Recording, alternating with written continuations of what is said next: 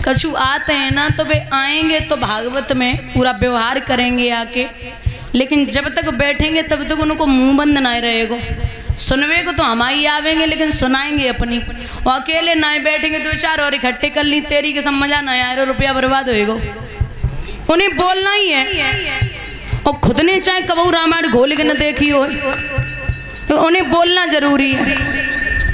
आनंद ना यारो ढंग ना पर रहो, कोई और आ जाता तो ठीक है, और खुद की जेब से चाहे भले हूँ कुछ न गो हो। दादा कि कुछ लोग इसलिए आते हैं और देखे शास्त्री जी कैसे,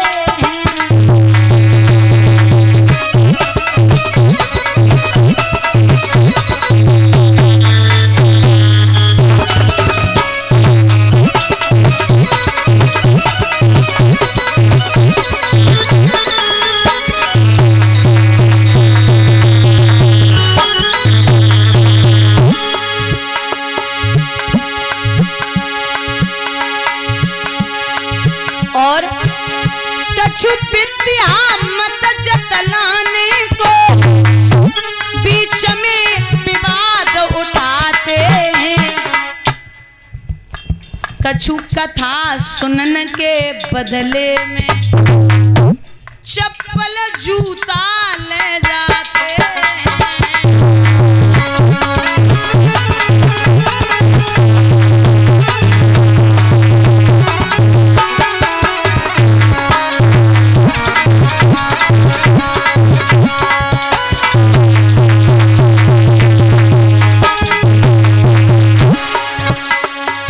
भैया करियो हरि को भजन, ये न दुई दिन को मेला, तीर न करियो हरि को भजन, दुई दिन को मेला है।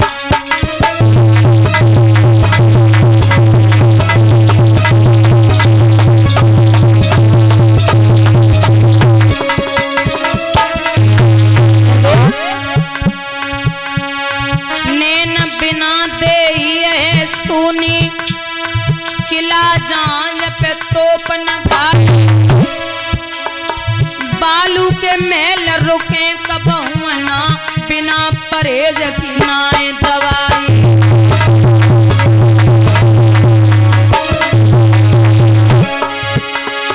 वो घर कबहू न पनप सके, जमी बालक छोर चटोर लुगाई। नीच माँ पापी जो झूठी बात पे देत गवाई।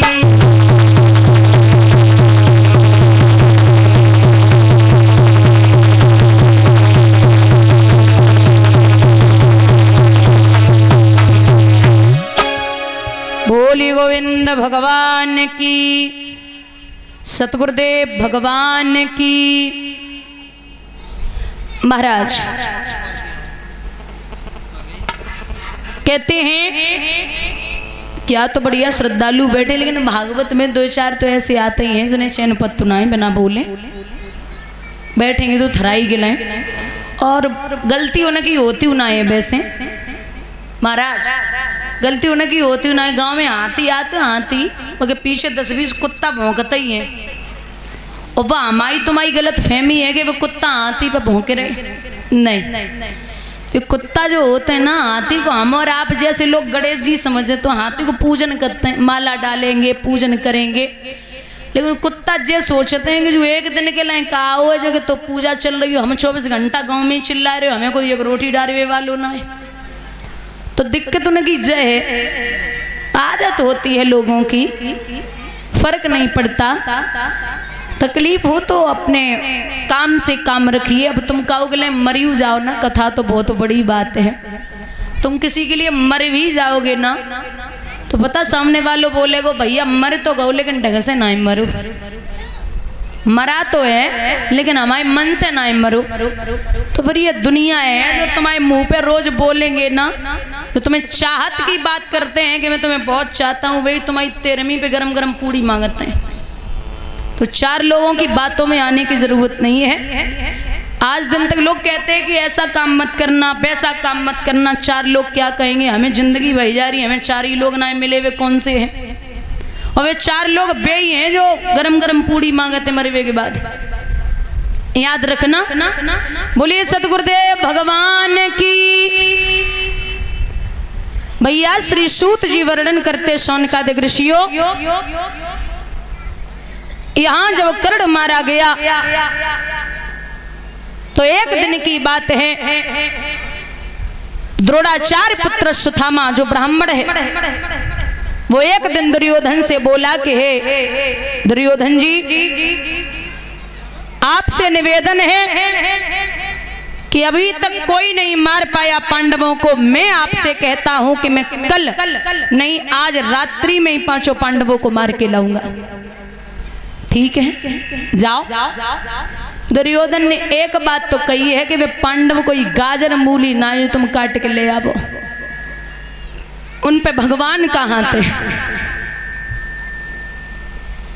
तो रात्रि का समय था, भगवान ने पांडवों को दूसरे सैन्य कक्ष में लिटा दिया। मैया द्रौपदी के 5 बेटे लेटे हुए थे। अश्वत्थामा ने 5 पुत्रों के सिर काटे और लेकर के पहुंचे हैं भगवान की कृपा से दुर्योधन के पास में। तो रात्रि का समय था, दुर्योधन ने वो सबसे पहले सिर दबाई। एक बात कही है, काम करना सबसे पहले हमारे पास में भीम का सिर चाहिए हमें, वो दो, क्योंकि भीम ने मेरे भाई को मारा है। तो भीम का सिर नहीं, भीम के बेटे का सिर जैसे ही दुर्योधन ने लिया और कस के दबाया तो वो सिर 20 से फट गया। दुर्योधन बोले जल्दी से रोशनी करो। क्यों?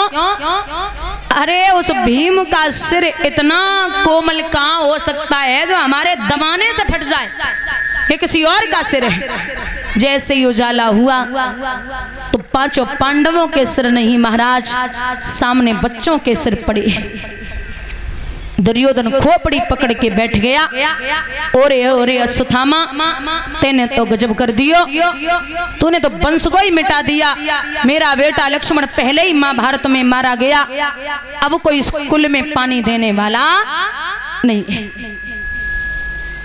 बहुत परेशान। सुबह जब रणभूमि में हुआ तो डेरों में रक्त बह रहा था, हर अबला पड़ी रो रही थी। द्रौपदी बाल बिखराए हुए लालों पे पड़ी रो रही थी।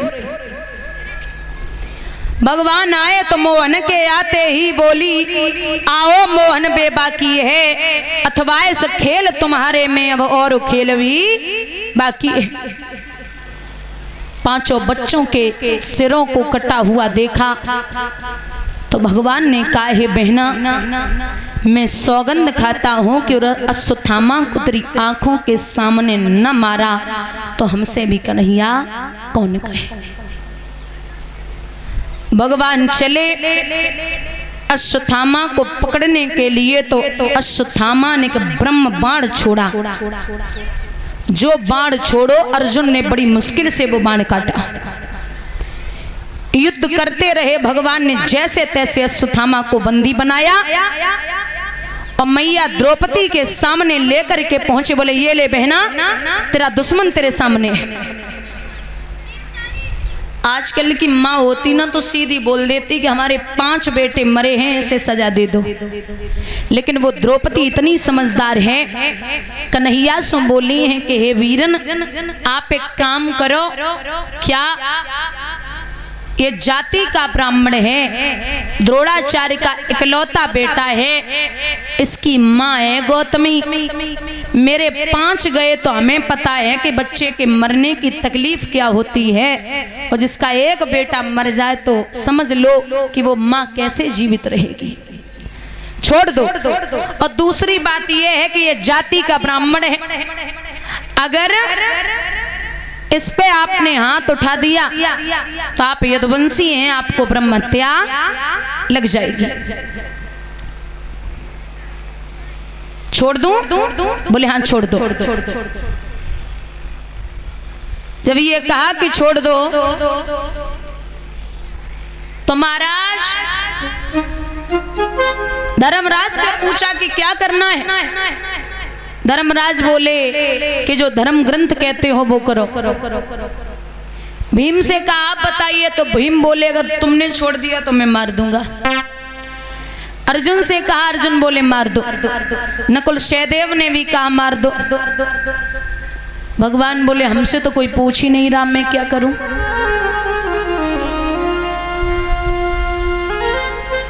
हमसे भी पूछो। अर्जुन बोले माधव आप बताइए कि इस ब्राह्मण के बेटे का क्या किया जाए। तो भगवान बोले कि धर्म ग्रंथ ये कहते हैं क्या, ब्रह्म बंतु न हन्ते वय आते आई वदाहरणाम महायवनो मानवंतयम परिपाई हनिशासनम। धर्म ग्रंथ ये कहते हैं कि ब्राह्मण पे कभी हाथ नहीं उठाना चाहिए और बच्चों को मारने वाले को कभी छोड़ना नहीं चाहिए। अब आप बताइए, जाति का ब्राह्मण भी और बच्चों को भी मारा है, क्या करें। तो भागवत का प्रमाण है कि भगवान ने कहा कि इसके मस्तिष्क में एक मणि है, द्रोणी का सिर चीर कर मणि को लिया निकार और लज्जित नीचा सिर किए निकल चला चांडाल। अश्वत्थामा जा रहा था तो अभिमन्यु की पत्नी उत्तरा बैठी हुई थी, वो गर्भावस्था में थी। गर्भवती उत्तरा को देख करके एक ब्रह्मास्त्र छोड़ा है जो मैया उत्तरा के गर्भ को जलाने लगा। एकदम से चिल्लाई उत्तरा, अरे मामा पाही पाही महायोगिन देव देव जगतपते नान्यम तद पदम पश्येयत मृत्यु पर शरम। आप मुझे मार दो लेकिन मेरे बेटे को बचा लो, कैसे भी करके बचा लीजिए। तो बाबा चौपाई में लिखते हैं, हो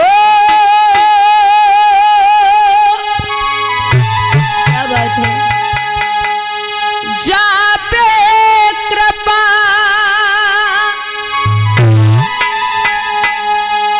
राम की होई, आपे कृपा करे तो सब कोई। राम सिया राम